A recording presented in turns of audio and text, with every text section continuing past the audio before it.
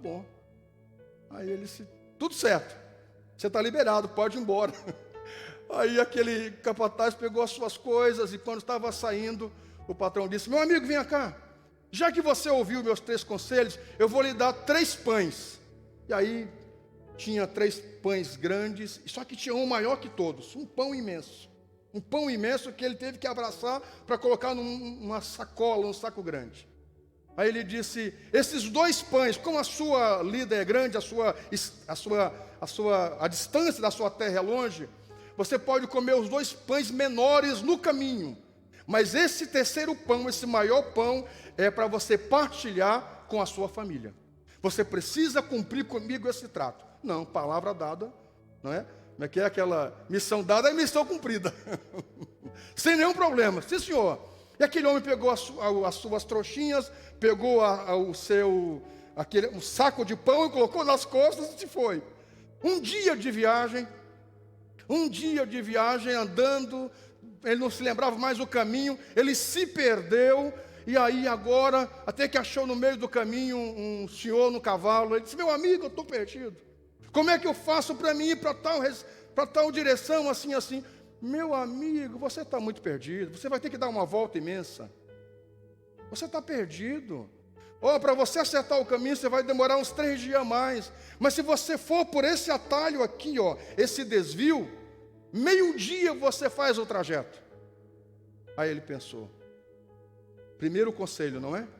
Não ir por caminhos que eu não conheço. Eu não me lembrava do caminho que eu vi para essa fazenda, mas esse outro atalho eu não conheço, não vou. Não seguiu o conselho do senhor que estava no cavalo, seguiu o primeiro conselho e foi. E andou 3 dias, até que chegou numa estalagem, numa pousadinha. Aí passou a noite lá. No meio da noite ele ouviu um grito lá no meio dos matos, um griteiro. Algumas pessoas se levantaram da estalagem. E ele ficou quieto na dele lá, ficou deitadinho. Para amanhecer o dia, o dono da estalagem disse, meu amigo, você viu um grito, o pessoal gritando? Vi. Por que você não foi? Olha, eu escutei uma palavra de um homem sábio, que a gente não deve ser muito perigoso. Curioso demais, exagerado. Ele disse, pois bem, você sabe que o homem que estava aqui deitado, que veio aqui passar a noite juntamente com você do outro quarto, ele foi lá, não é que ele se envolveu numa briga e ele morreu? Mataram ele? Ele se meteu numa briga que não devia? Pois é, escapou da morte pela 2ª vez. Foi embora. Depois de muitos dias ele chegou na casa dele. Quando ele chegou na casa, à tardinha, aquelas casas simples, não é? De taipa, não é? Taipa, para quem não conhece, é uma construção. Minha mãe construiu casa de taipa, de madeira e barro junto, não é? E aí ele olhou pelas frestas e pela porta. À tardinha ele viu que a mulher dele estava acariciando um homem, passando a mão no rosto de um homem, beijando um homem no rosto, passando a mão no cabelo. Ele ficou furioso, puxou do facão, disse, eu vou matar esse cabra. E essa mulher também, essa mulher está me traindo, disse que seria fiel para mim, que me amava, que ia me esperar, olha o que ela está fazendo. E ele disse, eu vou quebrar essa porta agora e vou degolar esses 2. Vou passar o facão no pescoço dos 2. Aí ele se lembrou do terceiro conselho. Ele se lembrou que não poderia tomar uma decisão de cabeça quente, tomar uma decisão precipitada, que ele deveria sempre tomar uma decisão com a mente tranquila, com o espírito sereno. Ele se freou, foi para o mato, passou a noite no mato dormindo. De manhã cedo, no outro dia, ele estava mais calmo. Quando ele chegou lá, ele bateu na porta, a mulher veio, se jogou no pescoço dele, meu amor, meu Deus, e beijou ele, e ele empurrou ela e disse, mulher, eu não quero conversa contigo. Olha, mulher, eu só vim aqui porque eu fiz uma promessa para você há 20 anos atrás, que eu voltaria para dar a você uma vida melhor, mas eu vi que você não manteve sua promessa. Como assim, meu amor, que conversa é essa? Eu vi que tinha um outro homem aí, e eu cuidei no mato a noite inteira. Esse homem passou a noite inteira contigo dentro de casa, ele nem saiu, está lá dormindo ainda. Aí ela se derramou em lágrimas e disse, meu amor, tu não sabe uma coisa, eu nem sabia. quando você foi para trabalhar, eu estava grávida e não sabia. Eu nunca tive homem nenhum além de você. Esse homem que você viu é o nosso filho. Hoje ele tem 20 anos. Aí quando eles estão falando, lá vem um rapaz, a cara do pai, igualzinho o pai, se abraçaram e choraram por um bom tempo. Aquele homem ouviu o terceiro conselho e não tomou uma decisão precipitada. Ele poderia ter matado sua mulher e seu próprio filho por pura ignorância. Aí eles ficaram felizes e sobrou o pão. O pão que que o fazendeiro tinha dito que era para eles partilhar em família. Eles muito felizes. Aí ele disse: meu amor, só que é o seguinte, eu trabalhei 20 anos e todo o dinheiro da minha rescisão eu deixei lá em função de 3 conselhos. E aí ele contou toda a história até chegar no filho, até chegar naquela situação. E eles choraram, se emocionaram e disseram: olha, o que eu tenho aqui, o que sobrou foi esse pão que ele mandou. Ele disse que eu tinha que partilhar em família. E eu pensava que iria partilhar só com você. Mas agora Deus me deu a graça de ter um filho. E vou partilhar com o filho. Quando ele ora, dando graças pelo aquele pão, que ele pega aquele pão e pega uma faca e vai cortar, todo o dinheiro estava dentro do pão. Dentro de um saco. Tinha mais de 200 mil reais dentro do pão, enrolado no saco. Todo o dinheiro estava dentro do saco. Moral da história, queridos: conselhos servem para toda a vida. Você pode aplaudir ao Senhor por isso. Faça isso com alegria. Conselhos vale mais do que muito dinheiro. Esses dias eu ouvi uma fala do Leandro Carnal, que é um historiador, não é? Muito famoso, é muito conhecido, professor, me parece da PUC ou da Unicamp, é muito famoso, dá muito palestra. E esses dias eu ouvi ele dizendo uma coisa, dizendo de que somente as pessoas fracassadas dão conselho. Somente as pessoas fracassadas dão conselho. Ele está dentro de um contexto falando de Beethoven. Numa situação que uma criança escreve uma carta para Beethoven para saber como é que ele poderia compor música e tal. E o Beethoven diz para ele o seguinte, para a criança: olha, eu nunca perguntei para ninguém. E por isso que eu sou o que eu sou. Dentro dessa fala, o Leandro Carnal diz que somente pessoas fracassadas dão conselho. Que a gente não dá conselho. Que conselho não é necessário. Isso é, como é que é? Paradoxal, não é? Isso é paradoxal porque em todas as palestras do Carnal ele dá conselho. Para mim, nesse momento, literalmente, ele foi carnal. Ele não foi espiritual, ele foi literalmente carnal. Diga misericórdia. Escute uma coisa, queridos. Eu acho muito interessante que conselhos é válido.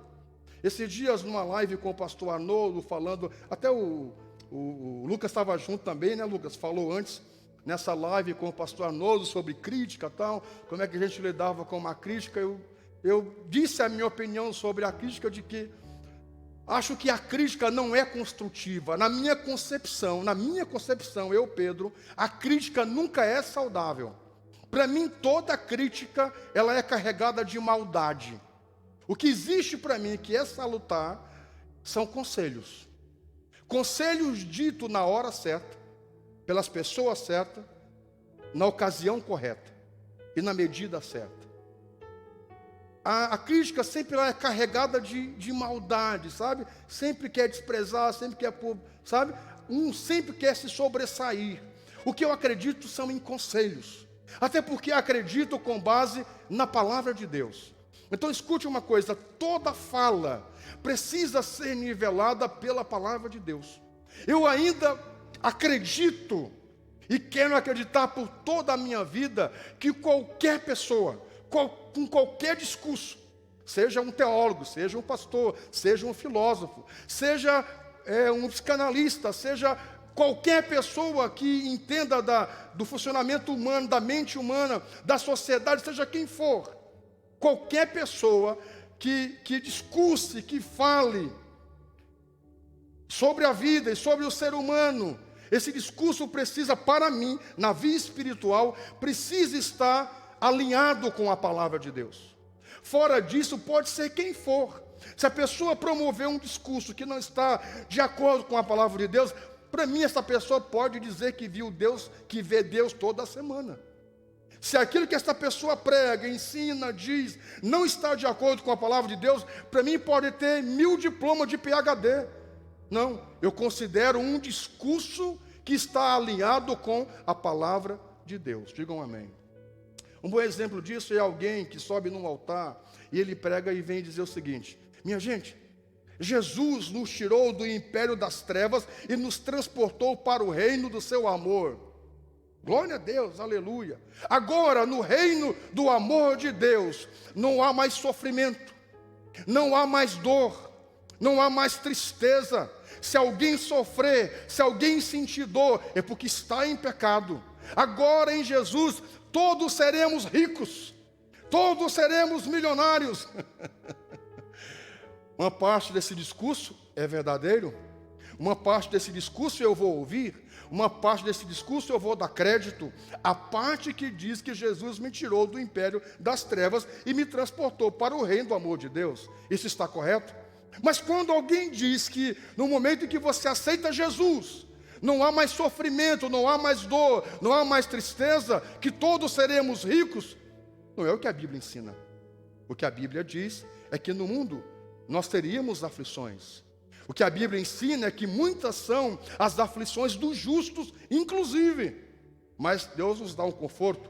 Muitas são as aflições do justo, mas o Senhor a livra de todas. Digam amém. Você pode aplaudir o Senhor, faça isso com alegria. Melhore o seu aplauso, vamos lá. Aleluia. Escute uma coisa, querido. Todo discurso, toda pregação para a condução da sua vida espiritual precisa estar de acordo com o que a Bíblia diz. O que é que a Bíblia diz a respeito disso? O que é que a Bíblia diz sobre isso? Então, enquanto o que a pessoa está dizendo está de acordo com a Bíblia, tudo certo. Fugiu da palavra, meu amigo? Não tem como escutar você, porque não é isso que a Bíblia diz. Escute uma coisa, a igreja do Senhor. A Bíblia continua sendo a nossa regra de fé. Nós somos regrados, conduzidos, nós somos encaminhados pelaquilo que a Bíblia ensina. Não é revelação da irmã Joaquina, a revelação do pastor, a visão não sei de quem. Nós caminhamos de acordo com o que a Bíblia diz para nós. Digam amém. Escute uma coisa. É por isso que para mim é muito importante calcar a nossa vida de acordo com o que a Bíblia diz, porque muitas pessoas escutam todo tipo de pastor que aparece, muitas pessoas escutam todo tipo de filósofo que aparece, todo tipo de teólogo que aparece, principalmente os novos teólogos e filósofos e pastores do YouTube, da internet, não é? Que você escuta o discurso, mas não conhece a vida deles, não é? Você não conhece a história deles, não conhece a vida deles. Isso é um problema. Muitas dessas pessoas, o discurso deles não estão de acordo com o que a Bíblia diz. Muitas vezes o discurso dessas pessoas não estão de acordo com a própria vida deles. E o problema é que muitas pessoas, elas pautam a sua vida baseado nas informações e nas falas dessas pessoas. Querido, paute a sua vida. Mantenha a sua vida regrado, não pelo que as pessoas dizem, seja elas quem for, mas mantenha a sua vida guiado pelaquilo que a palavra de Deus diz a respeito. Você pode aplaudir o Senhor, por favor, faça isso com uma alegria. Eu quero convidar você para Provérbios capítulo 15, verso 22. Por favor, vou dar um de Datena, na tela de Elo. Datena que faz isso, na tela de Elo. Ih, mas aqui já colocou lá, ó. Ih, ele nem sabia do texto. Provérbios 15, 22. Onde não existe conselho, fracassam os bons planos, mas com a cooperação de muitos conselhos, há grande êxito. Digam amém. Eu quero convidar você para Provérbios capítulo 1, a partir do versículo 1 também, do versículo 1 ao versículo 7. Vamos lá comigo. Provérbios capítulo 1, versículo 1, do 1 ao 7. Eu vou ler na versão King James, tá? Talvez possa estar diferente aqui, ou da sua Bíblia, mas vamos lá. Provérbios 1 diz: Provérbios de Salomão, filho de Davi, rei de Israel, para aprender a viver de maneira inteligente e disciplinada, para entender os ensinos que produzem sabedoria, para desenvolver um caráter correto e perspicaz, vivendo de maneira justa, com equidade e bom senso, para dar prudência aos simples, assim como também conhecimento e juízo aos jovens. Mesmo o sábio que lhes der ouvido aumentará em muito o seu entendimento.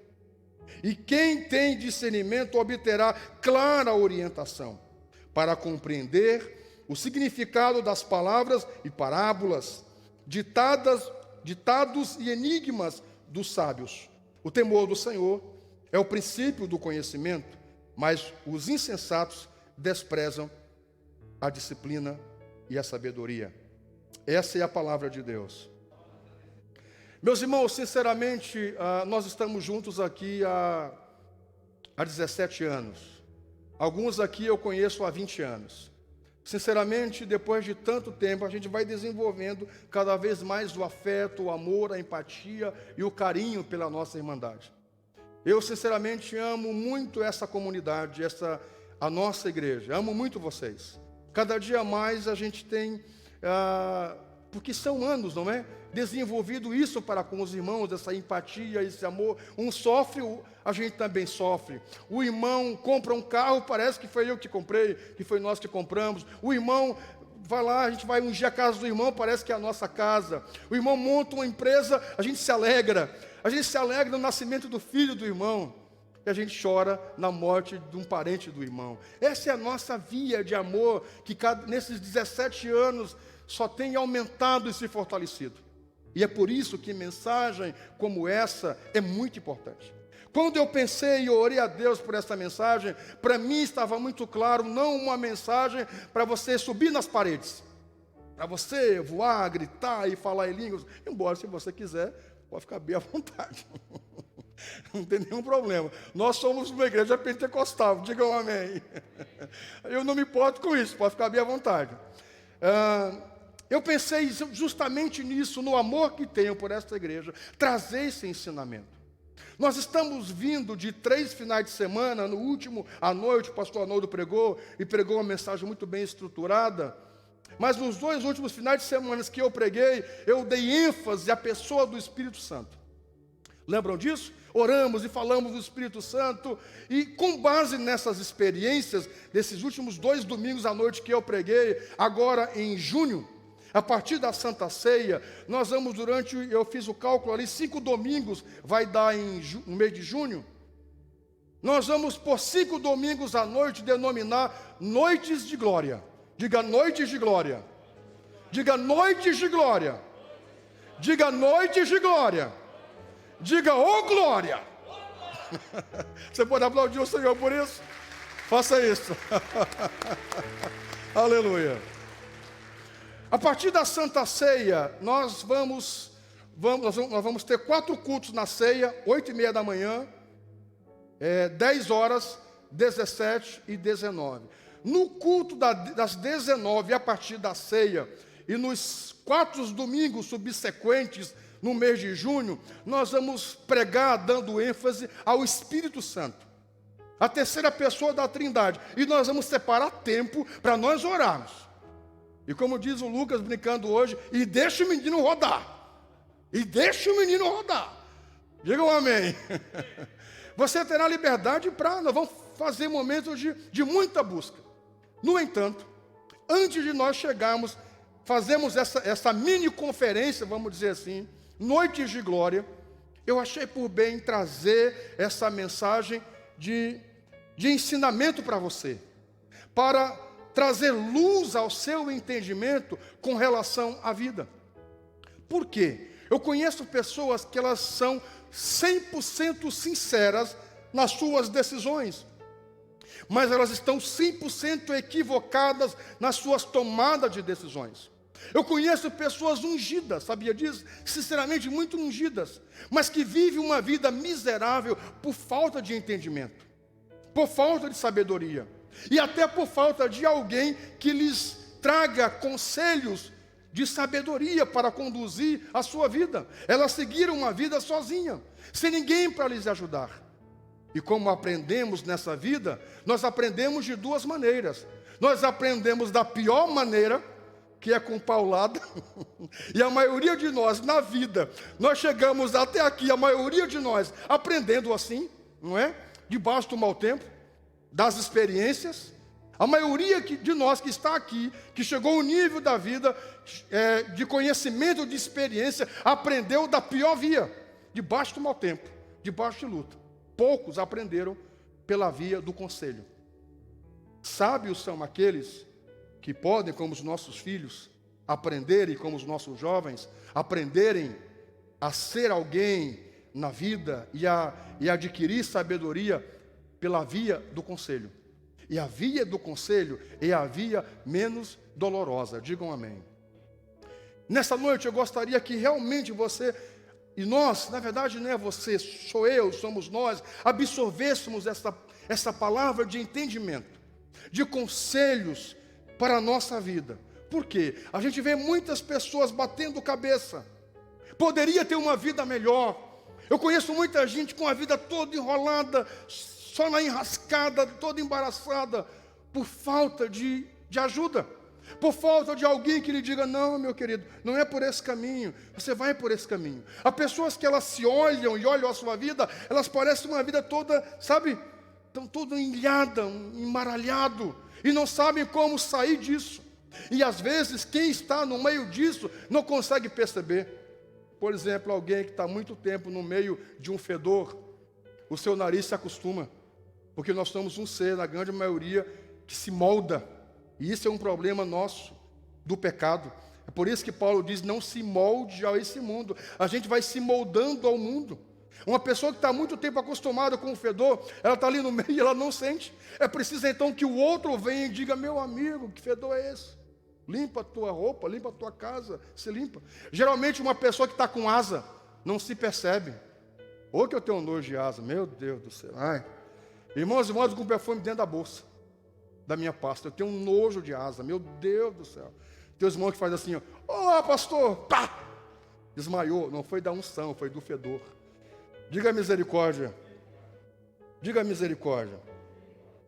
Escute uma coisa, queridos, e é por isso que essa mensagem é tão importante. Embora eu talvez não consiga terminar toda ela hoje, eu vou fazer, inclusive, eu vou dar sequência nessa série de mensagens lá no meu Instagram, PR Pedro Araújo. Me siga no meu Instagram, digam amém. Já podendo mexer no meu Instagram. Eu vou começar essa série no meu Instagram sobre conselhos para uma vida melhor. Qual o primeiro deles? São vários. Mas o primeiro deles, que eu quero que você aprenda é: cuide de você. Primeiro conselho, eu separei 3 apenas de uma infinidade de conselhos. Eu separei 3. Primeiro deles é: cuide de você. Diga: eu preciso cuidar de mim. Diga: eu preciso me cuidar. Eu quero convidar você para 1 Timóteo, capítulo 4, versículo 16. Vamos lá, 1 Timóteo, capítulo 4, verso 16. Eu vou adiantando. Isso aqui já a leitura de aula está muito rápido ali. Coisa boa. Tenha cuidado de ti mesmo e do teu ensino. Persevera nestes deveres, pois agindo assim, salvará tanto a tua própria vida, quanto a todos que te derem ouvidos. Escute uma coisa, queridos. Quando eu digo que você deve cuidar de si, eu não estou dizendo que a gente precisa entrar nessa via do narcisismo. Nós estamos vivendo uma sociedade muito narcisa, não é? A pessoa só pensando em si, só pensando no eu. Não é essa a pregação que estou aqui dizendo. Quando eu estou dizendo para você cuidar de si, eu estou fazendo referência a olhar para si pela via do outro. Porque quando você cuida de si, você cuida do outro. Não é você se isolar e dizer: eu me amo, eu me adoro, eu sou o máximo. Ai, como eu me desejo. Ai, como eu sou gostoso. Ai, como eu sou maravilhoso. Não, querido. O sangue de Jesus tem poder. Isso é orgulho. E o orgulho precede a queda. O orgulho nasceu no coração de Lúcifer. O sangue de Jesus tem poder. Quando eu digo cuidar de si, eu estou dizendo que você precisa olhar para si de tal maneira que você enxergue o outro. Um bom exemplo. Dê uma olhadinha na pessoa que está do seu lado. Dê uma olhadinha na volta aí. Dê uma olhadinha. Todo de máscaras. Todo de máscaras. A máscara não é para você cuidar de si. É para você cuidar do outro. E quando você cuida do outro, você cuida de si. E quando você cuida de si, você cuida do outro. A máscara que você está usando é um tipo de proteção que você coloca em si para cuidar do outro, para proteger o outro. Então não estou dizendo e dando ênfase ao isolamento, não. Sabe, a você e eu ficarmos numa ilha isolados, não é? Sozinhos e achando que somos deuses, que somos o máximo. Não é isso. Mas de alguma forma você pensar em si no sentido de também se valorizar. Eu digo isso porque na condição de pastor há muitos anos, nós temos por natureza o pastor, que realmente é pastor, ele desenvolve a via do cuidado. E todo cuidador, em algum momento, ele se descuida de tanto cuidar do outro. Eu sei disso porque aqui nós temos pessoas que são profissionais da área do cuidado. Pessoas que trabalham com o ser humano e sabem disso. Por muitos anos cuidei da minha mãe cega. Cuidei da minha mãe com uma AVC. Cuidei da minha mãe acamada. Sei o que é isso. Sei o que é isso. Sou pastor de igreja há muitos anos. Sei o que é cuidar dos outros ao ponto de se esquecer de si e da sua família, inclusive. E isso é um perigo. E é por isso que nesta noite esta mensagem é muito importante para nós. Olharmos para nós de tal maneira para não nos perdermos à medida em que nós estamos cuidando do outro. Para mim é muito claro, já falei isso aqui várias vezes. Quando você entra num avião, as instruções que eles dão sobre o voo das máscaras, não é? Que quando as máscaras caírem, se houver algum dilema no voo, alguma turbulência severa, que cair as máscaras primeiro, você coloca em si, e depois você coloca no outro. Isso é uma via de se cuidar para poder cuidar do outro. Digam amém. Escute uma coisa, queridos. Muitas vezes nós estamos tão envoltos em cuidar das pessoas, em atender as pessoas, em cuidar das pessoas, que a gente desrespeita os nossos limites, que a gente desrespeita o nosso esgotamento. Queridos, escute uma coisa, nós somos seres humanos, a maioria de nós, na condição de humano, nós somos um ser emocional. E aqui, escute uma coisa, não quero que você, com isso, perda a direção da espiritualidade, não é isso. Mas muita gente supostamente espiritual está adoecido emocionalmente, ao ponto que está afetando o seu físico, por falta de entendimento, de olhar para si e se cuidar. Sabe, querido, de tudo nós devemos tirar proveito, de tudo, até mesmo das questões de adversidade, de tudo. Um tempo atrás, anos atrás, eu num lugar assistindo uma palestra com alguns colegas, o palestrante era muito ruim. E aí a pessoa que estava junto comigo disse assim: mas que barbaridade, nós estamos perdendo tempo aqui nessa palestra, não sei o quê, não está se aproveitando nada. Só está aproveitando alguma coisa? Eu digo, alguma coisa estou. Eu estou aproveitando não ser como ele, tão ruim assim. De tudo a gente tira lição. Do coronavírus nós estamos aprendendo muitas lições. Você deve ter as suas. E uma delas é olhar para si. E uma delas é se cuidar. E uma delas é olhar para a família. Não foi à toa, repito o que repeti há 2 meses atrás, quando disse nesse culto, nessa igreja, nesse altar, que antes do coronavírus vir sobre a humanidade, Deus trouxe à pastora a revelação de que era para nós darmos tempo às nossas células convencionais e só fazer a célula familiar. Que Deus estava nos mandando reunir a família para orar, reunir a família para fazer a célula familiar. E, para surpresa nossa, muitos líderes vieram a nós dizendo: Como é que a gente faz isso, pastor? Nós não temos costume de orar em família. Nós nunca fizemos célula familiar. Como é que é isso? E depois do processo, muitos falarem, que bom, pastor. Eu tenho orado com o meu marido. Nós temos orado com os nossos filhos. A gente tem estado juntos. Nós dormimos na mesma cama, sentamos na mesma mesa, mas a gente não participa do mesmo altar. Cada um é num canto. A gente não tem vida espiritual junto. E, consequentemente, não tendo vida espiritual junto, as outras vidas, estilo de vida sexual, emocional, pessoal, fica fragilizada.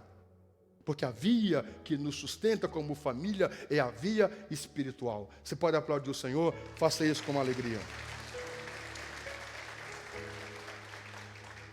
Escute uma coisa, queridos. E aí muitos disseram, que bom, glória a Deus por isso, glória a Deus que a gente está orando em família, tendo a célula familiar.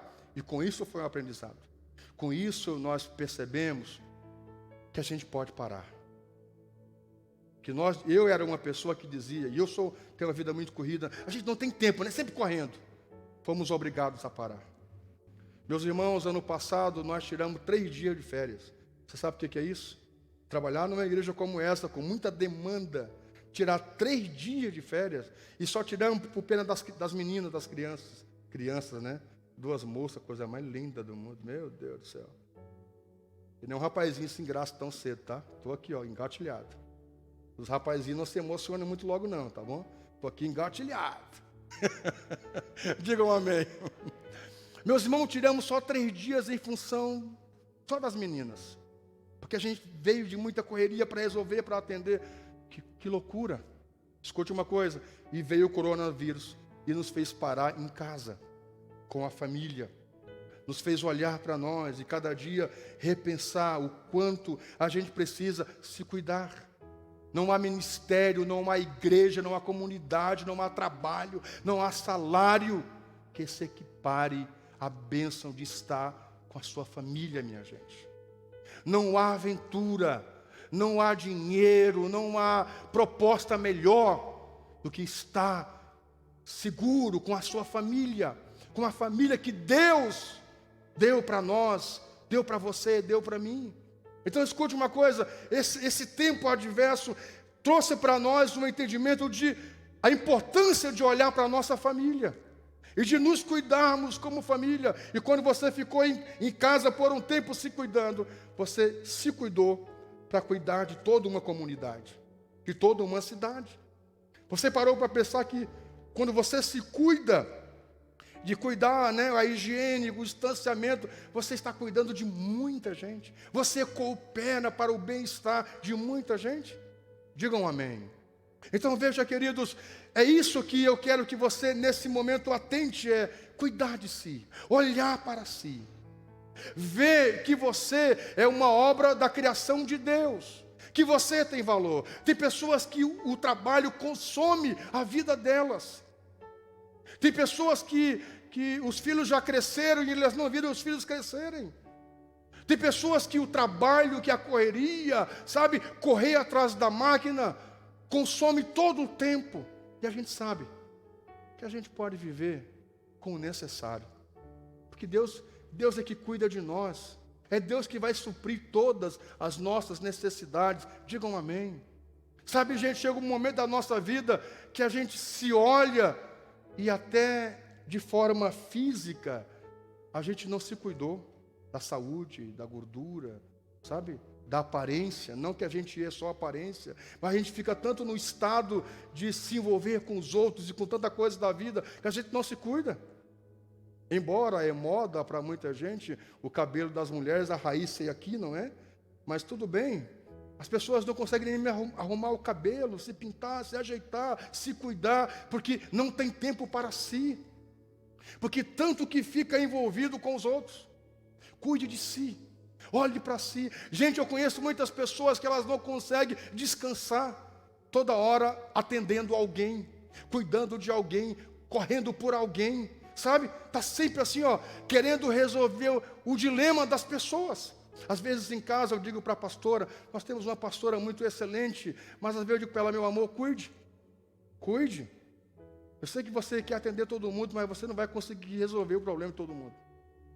Organize seu horário de tal maneira, sabe, que você não se gaste, porque eu preciso de você. Quando você estiver doente, eu quero ver quem é que vai cuidar de você. Quando eu estiver doente, quem é que vai cuidar de mim?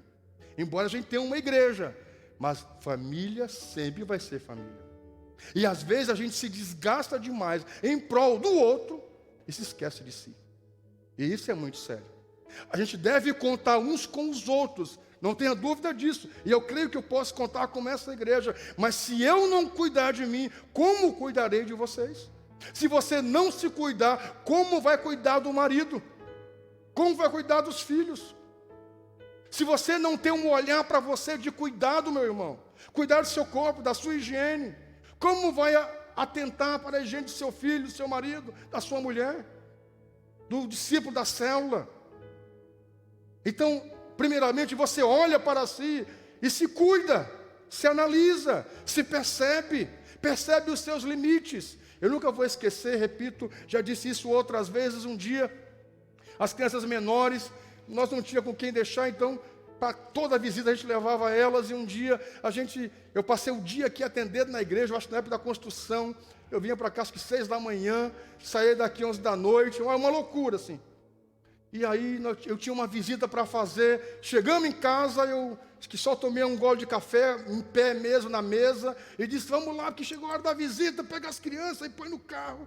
E entrei e fomos, atravessamos o Clube 2, e antes de chegar do outro lado, eu lembro que deu um briguedo no carro, as crianças cansadas, estressadas, passaram o dia no colégio, não me viram, a pastora não tinha me visto direito, sabe, ficou aquele estresse, e eu ia orar para abençoar uma família. Nós íamos orar para abençoar uma casa. Porque eu tinha marcado com o irmão agendado lá 7 horas, 6 horas, não sei que hora que era. Eu já estava empenhado, atrasado. E aí deu aquele briguedo, e para chorar, e o pai, e não te estressa também, ai meu Deus do céu. Aí eu parei o carro no meio da rua, antes de atravessar para o outro lado, digo, o que está acontecendo entre nós, gente? Como é que nós vamos abençoar outra família? Se nós estamos todos estressados, pai, o senhor, a gente não lhe viu, mãe, isso aqui, começou aquela coisa toda. Digo, é verdade, não é? Só um pouquinho, vamos voltar. Vamos respirar fundo, vamos calmar, mas vamos voltar. E a pastora falou, mas meu amor, tu já marcou, o irmão vai ficar chateado. Eu digo, pois é, eu vou agradar o irmão, eu vou chatear a minha mulher, chatear minhas filhas, para agradar os outros. E uma coisa eu aprendi, queridos, parar de querer sempre agradar os outros. A gente só se empenha. A gente não vive quando nós introjetamos a função de querer sempre agradar os outros. Sabe, eu vi pela minha mãe, como a minha mãe sofreu em querer ajeitar todo mundo. E ela nunca se ajeitava. Sofreu algumas coisas sem precisar sofrer. E eu conheço muita gente boa e muita gente simples. Vamos tirar uma foto melhor aqui, Gilson. Eu vou fazer aqui uma pose para o Gilson aqui. Vamos lá, Gilson, assim, ó. Aquela foto de pregador assim, ó. Estou brincando. Viu, queridos? Minha mãe é um exemplo disso. Minha mãe saía da cama e dava para as visitas. Sabe? Minha mãe sofreu muito por coisas que não precisava sofrer só para ver todo mundo bem. E às vezes você precisa dizer assim, meu amigo, tome a bomba. É sua. Se vire um pouco. Quem pariu, Mateu que balance, dizia a mamãe. Se vire um pouquinho. Calma. Opa, foi você que foi atrás disso, se atenha um pouco com isso. Sabe, as pessoas arrumam as suas bombas e antes não nos consultam e depois vem, pastor, me resolve. Eu digo, vida, por mim, ó, deixa queimar um pouquinho o fósforo. Na hora de ir na bomba, não pensou antes. Deixa queimar um pouco o pavio. Para aprender onde dói. Sabe, queridos? Aí eu parei e disse, não, eu vou ligar para o irmão. Embora que ele se chateie, eu vou explicar a situação. Meu irmão, não vou poder ir. Surgiu uma situação, preciso atender minha família. Preciso atender minha família. Tudo bem, pastor, capaz, é isso aí. E aí o senhor prega, né? Família como prioridade, capaz. Outro dia o senhor veio aqui em casa. Tudo certo. Voltei para casa, coloquei uma bermuda, uma camiseta. Pegamos o mate, soltamos as crianças na rua. Pegamos as bicicletas, ficamos na frente de casa. E salvamos o nosso dia. O que adianta ganhar o mundo inteiro e perder a sua alma? O que adianta você ajeitar a família dos outros e você dormir brigado? Que adianta você ajeitar os outros casais e dormir em quarto separado? Que adianta você ganhar o dinheiro do mundo todo e perder a mulher e perder o marido? Não vale a pena. Sabe, queridos, quando você se prioriza, você prioriza sua família, você prioriza seus amigos. Você pode aplaudir o Senhor, faça isso com alegria. Dentro dessa questão de se cuidar, eu gostaria que você pensasse nisso. Pare de querer agradar sempre as pessoas. A gente precisa ser sempre agradável, sempre. O que a gente puder fazer, não é? O que a gente puder fazer para amenizar a situação.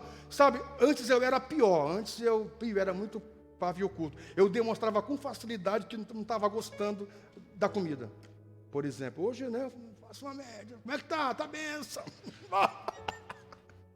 Não estou mentindo, mas, né, eu tento ser mais cavalheiro, né? Antigamente eu dizia, não, essa comida não está boa, não presta. Não é? A gente vai ficando mais de idade e vai sendo mais maleável.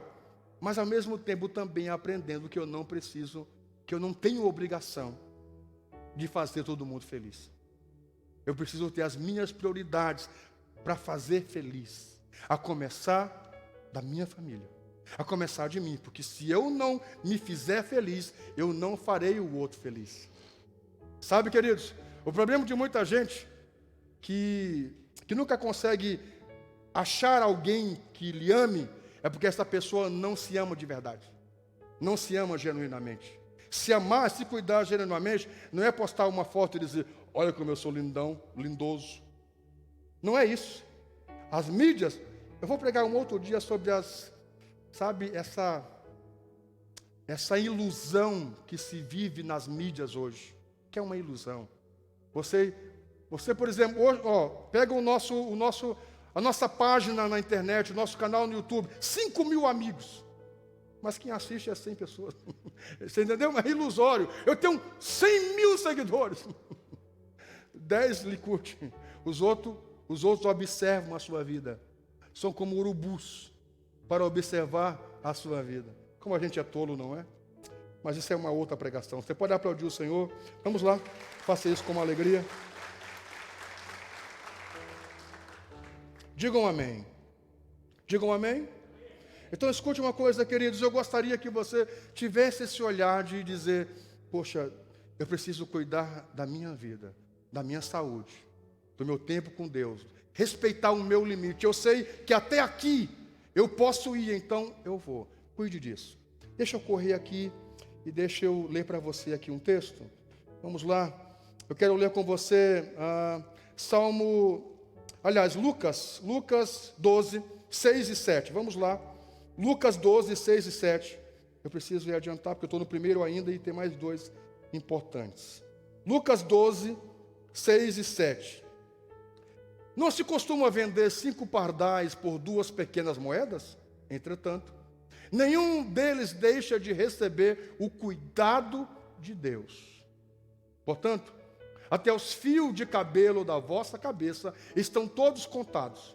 Não temais, valeis muito mais do que milhares de pardais. Digam amém. Sabe o que isso quer dizer, queridos? Que Deus cuida de nós. Deus se importa conosco, porque nós não. Sabe, não estou falando de você se achar um Deus, se amar em demasia, se achar melhor. Não é isso. Mas é um olhar de cuidado. Deus olha para você com muito cuidado, com muito amor. Por que você não faz isso com você? Por que você se deprecia? Por que você se desvaloriza? Por que você não olha para você e diz, eu sou a imagem de Deus. Deus está em mim. Por que então não se valorizar? Se o Deus te valoriza, pense nisso. Próximo texto, Romanos capítulo 12. Romanos 12, versículo 3. Deixa eu correr com vocês, vamos lá. Romanos 12, 3. Portanto, pela graça que me foi concedida, exorto a cada um dentre vós, que não considere a si mesmo além do que convém, mas, ao contrário, tenha uma autoimagem equilibrada, de acordo com a medida da fé que Deus lhe proporcionou. Sabe, não é ser mais do que ninguém, não, mas uma autoimagem equilibrada. Que texto? Um outro dia nós poderíamos falar mais sobre isso. Segundo conselho que eu quero falar com você, eu já estou encerrando.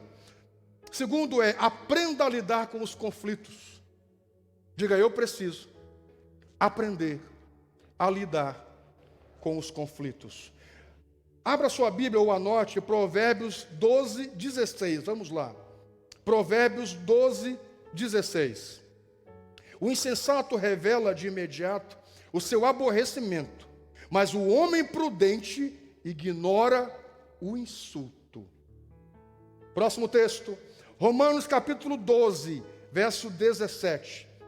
Romanos 12, 17. Não retribua a ninguém mal por mal. Procurem fazer o que é correto aos olhos de todos. Escute uma coisa, queridos. Nós somos um ser espiritual, mas somos um ser emocional. E na condição de ser um ser emocional, um ser humano, o conflito é inerente à nossa natureza pecaminosa. E escute uma coisa, a maioria dos nossos conflitos dizem respeito aos outros. A maioria dos nossos conflitos não diz respeito ao espiritual, a Deus ou ao diabo. A maioria dos nossos conflitos dizem respeito sempre aos outros. Quer um exemplo disso? A Bíblia começa a narrativa e aí há o primeiro conflito, fora de Adão e Eva com o pecado, o conflito de Caim e Abel. O conflito de irmãos. E quanto mais demanda de amor, quanto mais demanda de afeto, maior e mais intenso é o conflito. Meu Deus, isso aqui daria muito tempo para nós falarmos. Olhe, uma pessoa estranha passa na rua e diz assim, horroroso, horrorosa. Você olha e diz, de onde saiu essa pessoa? Louco? Da onde? Uma pessoa que você ama, uma pessoa que você quer bem, vai lá no seu Instagram e posta um monte de troços. Estão lhe judia? Não lhe machuca? Ou então você convida alguém para o seu aniversário ou para um momento que você queira compartilhar algo com essa pessoa diz assim, olha, eu não consigo, não tem condições de ir, não sei o quê. Aí depois você fica sabendo que ela preferiu uma outra festa do que a sua festa. E você tinha essa pessoa em grande estima. Isso não lhe machuca? Quanto mais próximo, maior a dor. Mais intenso e mais forte o conflito. Quando mais demanda de afeto, mais demanda de amor, de atenção, de energia, mais a dor se acentua. Aqui começa o primeiro conflito entre irmãos. Para que mais próximo? O conflito de alguma coisa lá do sacrifício. Depois, mais na frente, existe um conflito entre Noé e o próprio filho Cã. Noé tomou uns vinhos a mais, se emocionou e se pelou, e veio Cã e deu risada, e zombou do pai, e deu uma função toda. A partir dali, Cã ficou amaldiçoado, e toda a geração de Cã. Olha o conflito, o que vai dar. Queridos, nós diariamente, nós estamos envoltos em conflito. Escute uma coisa, querido. Uma igreja, uma família, trabalho, tem conflito. Tem pessoas que elas dizem, não vou para a igreja, porque lá vai ter... Tem pessoas complicadas. No seu trabalho não tem? Na sua família não tem isso? Ou a sua família é só love? Só gente querida, só mimosa. Ninguém dá indireta nos grupos de família. Olha o nome do nosso grupo, da nossa família. Os loucos da fronteira. Olha o que dá nesse grupo. Olha o nome do nosso grupo. Não é? Os loucos da fronteira. Não é nem loucos, é loucos. Pensa? Mas o nosso grupo até que é tranquilo. Digam amém. Escute uma coisa. Diariamente nós estamos envoltos em conflito. Escute uma coisa. Aprenda. Conflito tem em todo lugar. Nós precisamos aprender a gerenciar os conflitos. Aprenda a gerenciar. Aprenda, use dessa graça de Deus. Peça a Deus sabedoria, inteligência, para saber lidar com os conflitos em casa, com a família, na igreja, no trabalho, para você não perder as bênçãos. Eu já vi pessoas com cargos bons em alguns empregos dizerem, eu vou entregar esse emprego que tanto lutou para chegar na posição que estava, porque tinha um conflito com alguém. E aí a pessoa disse, eu prefiro me retirar. E aí perdeu uma grande oportunidade, e era o que o outro queria. Aprenda a lidar com os conflitos, digam amém. Escute uma coisa, queridos. Quando você aprende a lidar com os conflitos, você aprende de que você e eu não precisamos dar ouvidos para a multidão. Olha, a multidão, Jesus entra em Jerusalém no domingo de Ramos. A multidão, quando Jesus vai entrando, a multidão grita, Hosanas!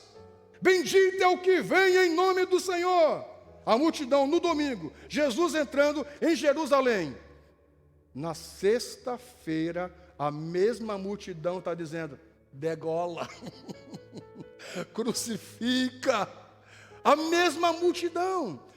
Quando você está envolto e tem experiência de vários conflitos, você não se ilude com os ramos, com as oliveiras, com os galanteios da multidão.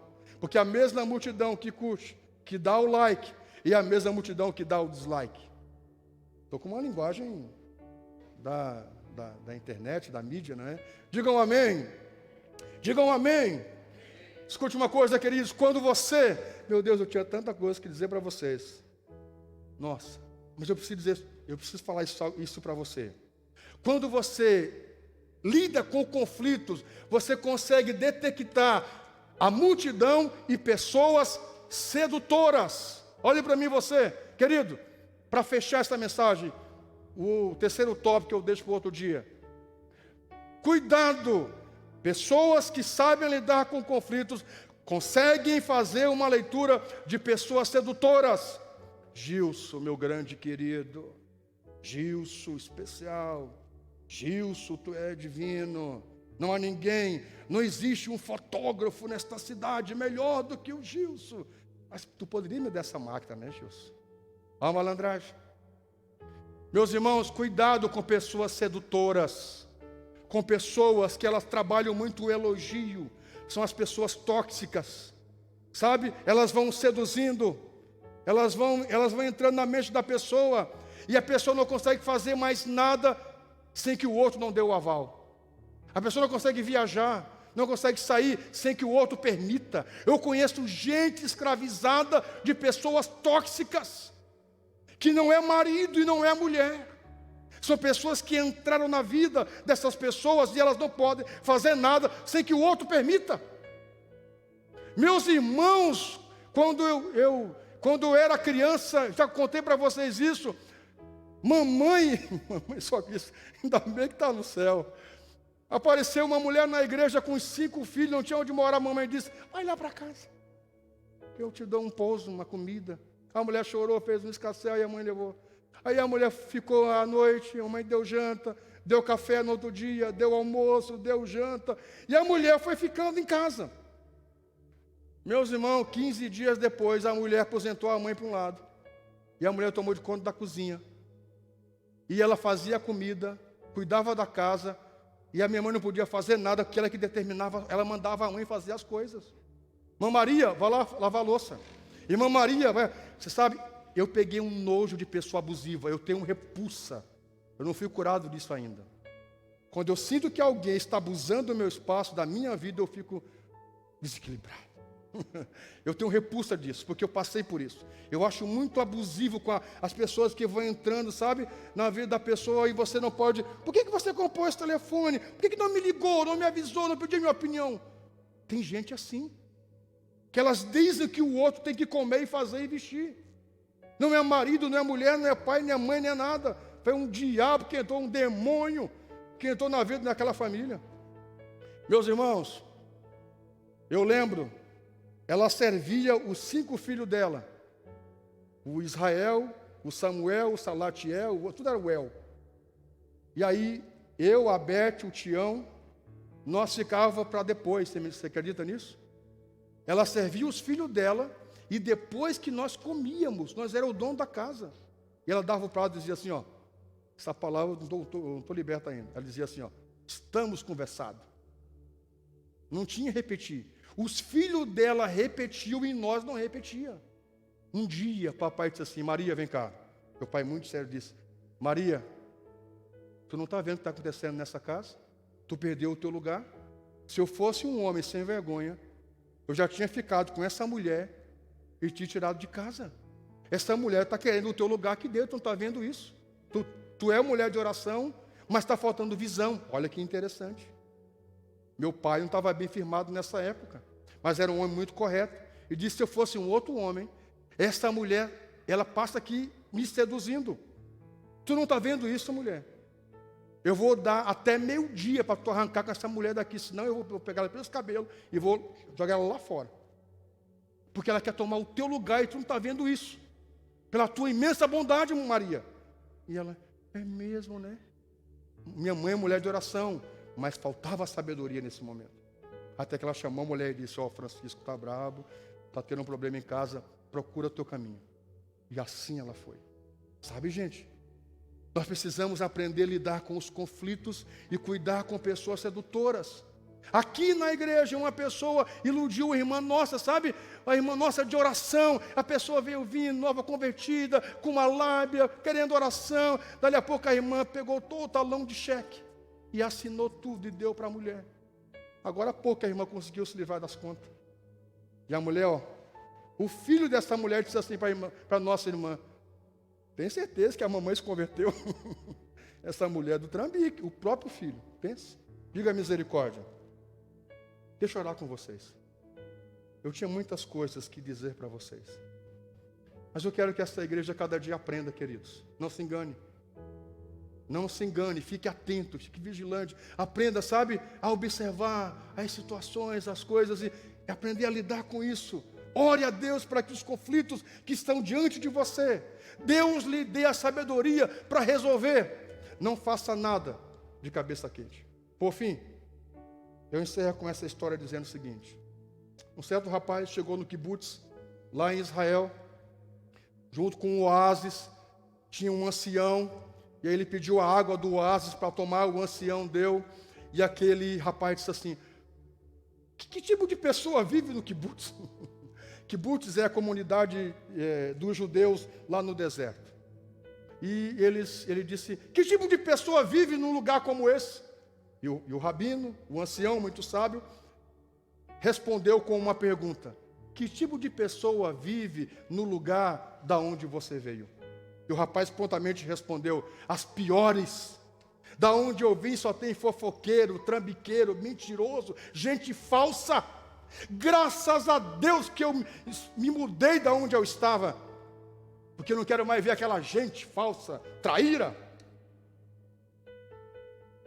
Aí aquele ancião diz: pois bem, esse mesmo tipo de gente você vai encontrar aqui no kibbutz. O rapaz saiu, chegou um outro rapaz, pediu água, tomou água e disse: que tipo de gente mora num lugar como esse? E o ancião, com a mesma pergunta para ele, com a pergunta que tinha feito para o outro rapaz: que tipo de pessoa vive no lugar da onde você vem?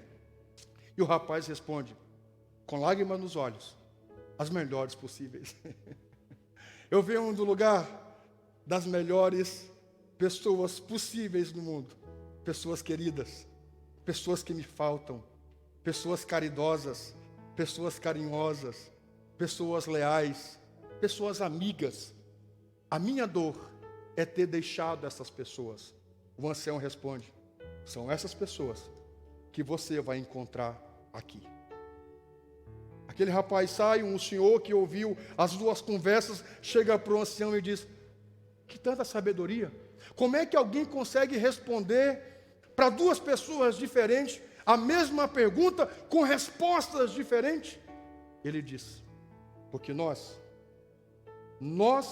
carregamos o lugar onde vivemos.